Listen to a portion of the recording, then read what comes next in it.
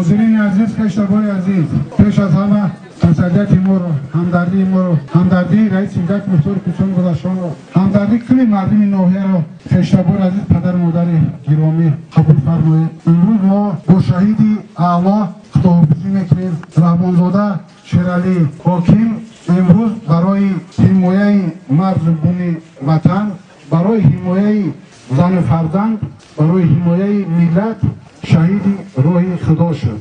در قرآن، در حدیث‌های پیغمبر، در فقه اسلام آمدگی است که شهید سه نمود می شود.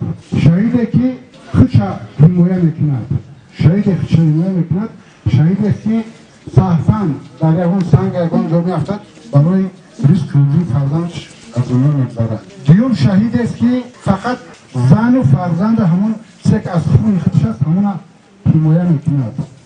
سوم شهید است که مثل نمی شیرعلی دادر جون شیرین ما که برای مرز و بوم، برای حمایت زن و فرزند، برای حمایت ملت جان میسپارد. شهید اعلی نمی شیرعلی هفت شفاعت میکند، هفت شفاعت میکند. سر تعظیم فرود بیارم پیش همین پدر مادر شیرعلی که چنین فرزند به دنیا آوردند. خوشبخت‌ترین پدر مادر. ما روزه میگیریم، الحمدلله ما مسلمانیم، نماز میخونیم، حج میریم، زکات میگیم بتیم. با کدوم خاطر؟ با خاطر که رضایت خداوند در بیاریم، آخرت آباد باشد. خداوند جنت نصیب می‌گرداند. لیکن خوش به حال پدر و مادری که امروز فرزندشون برای حمایت مرز بوم، برای حمایت ملت جانش فدا کرد، حق پشتی همین اولاد شفاعت میکنند. خوش به حالتون.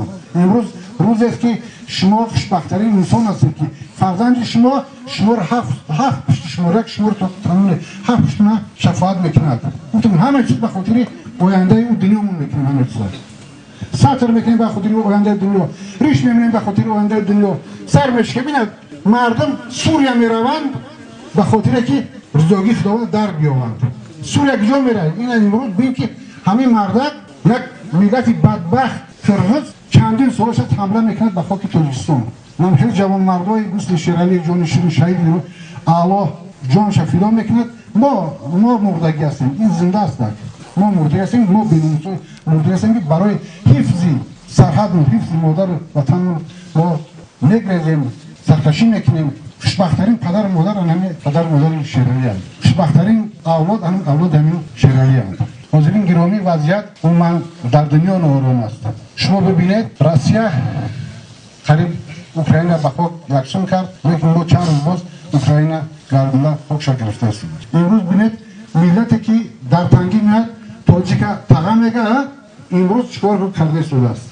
امروز ببینید در پروی ما و شما 100 متر اون طرفتر گروه ها جمع شدند، نیت هم ناپاک است. امروز ببینید در اون طرف در پروی ما و شما او مدرسه میگن میسازیم، اون دیدبانگاه سرحدی میسازیم، گویا همشون هوایی نیستند، گویا همشون آمادگی هستند با هجوم بر تاجیکستان.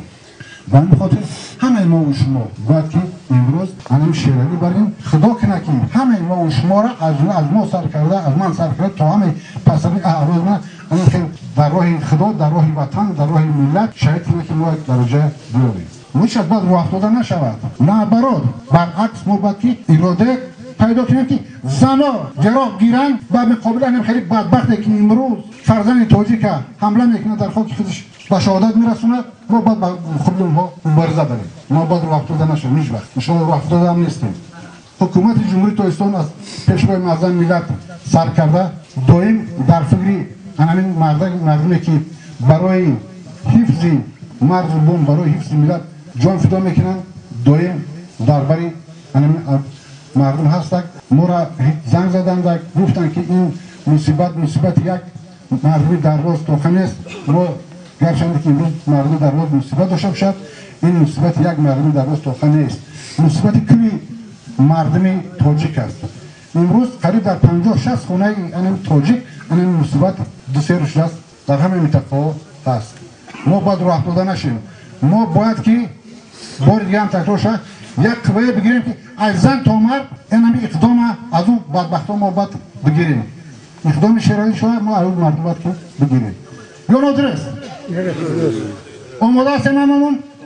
باید آماده باشیم. من بار دیگر با پدر مادر با اولاد شهیدی حفظ دولت و ملت شرعی حاکم پیش پدر مادرشون سر تعظیم پیش اولادشون سر تعظیم و شرعی نفس گفتنی هستم که شرعی شوی عزیز منزل آخرت آباد است انشاءالله آباد است او چیزی که در حدیث های پیغمبر آمده است او چیزی که در قرآن خداوند کتاب مقدس خداوند قرآن عظیم شأن آمده است جای شما در عرش اعلی در بهشت است خدا کنه که ذره شما هم برای ما کمک کنه که ما هم از برکت شما در آخرت دریافته باشیم یک چیز ما هیچ وقت پدر مادر شما را هیچ وقت اولاد شما را تنها نمیگذاریم تنها گذاشتنی هم نیستش کس در بر شما هستیم بار دیگر میگوید خدا هممون به امروز شما برسونه به شهادت بینید در روبروی ما و شما در اون طرف در فاق خودشون مسلمان